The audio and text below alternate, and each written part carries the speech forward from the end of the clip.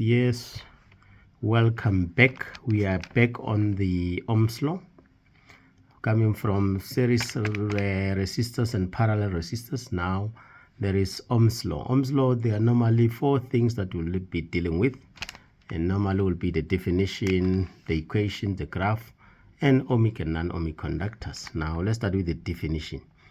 Remember, the definition you are guided by. Ohm's law is a law that deals with the relationship between potential difference and current at constant temperature. As long as the temperature remains constant, then the two can be related.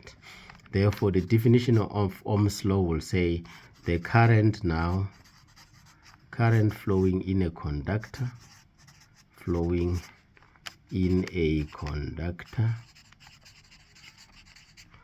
is directly proportional to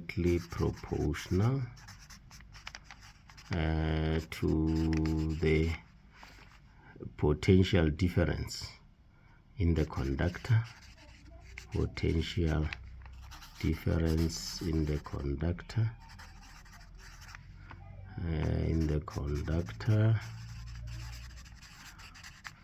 At constant temperature, or provided the temperature remains constant. Fine.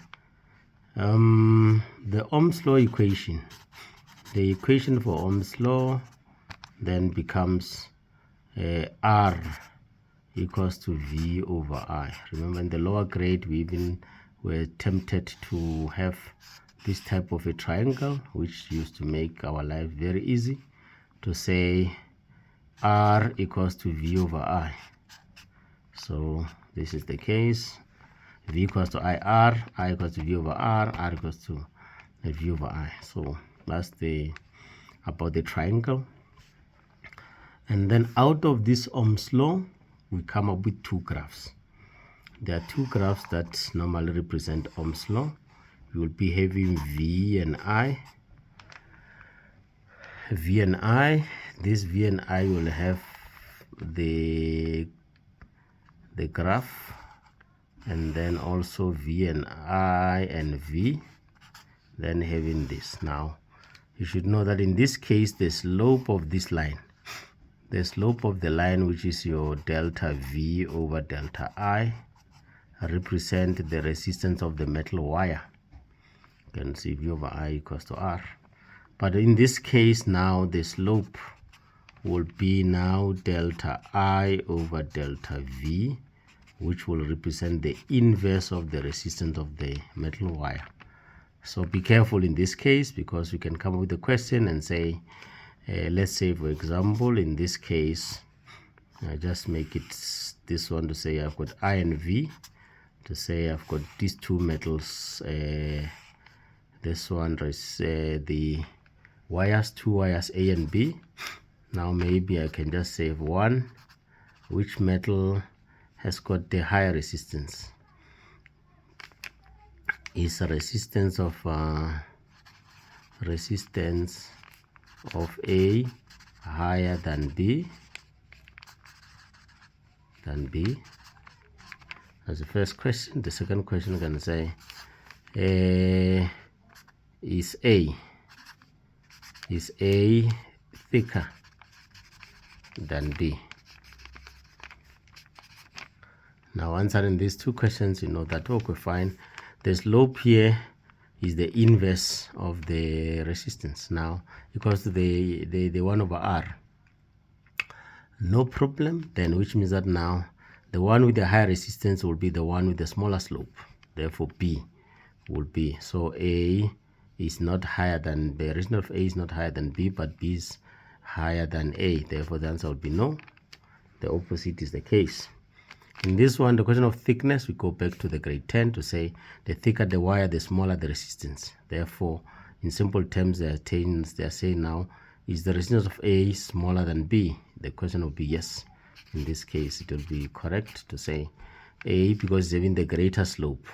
And we know that the slope is equivalent to the inverse of the resistance. So the greater the slope, the smaller the resistance. Yes. And then number 3 can just say which one between A and B there is a good material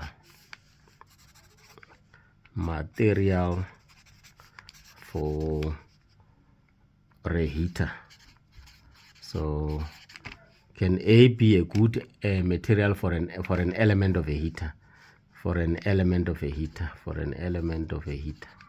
Now remember, in heaters we always want high resistance. So in simple terms, is A having a higher resistance so that we can make a heater? Then the answer will be no. Therefore A is having the smaller resistance, therefore B will be the best bet if you want to develop a heater in this case. Fine, that is the question of graphs. Then now from here we'll be moving to the ohmic and non-ohmic conductors. There will be a question that can be also trying to find out these two ohmic and non-ohmic conductors. Fine, so say what is an ohmic conductor? Let's start with the ohmic, because non-ohmic will be the opposite. Conductors. Ohmic conductors, the first point is that they obey Ohm's law. Ohm's law.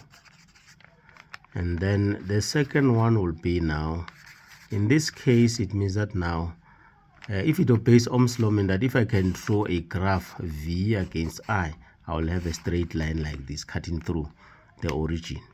So it means that it obeys Ohm's law. Then now the ratio of delta V over delta I is constant. That is the ohmic conductor now. Meaning that now non-ohmic, in this case non-ohmic, you will have this type of a graph.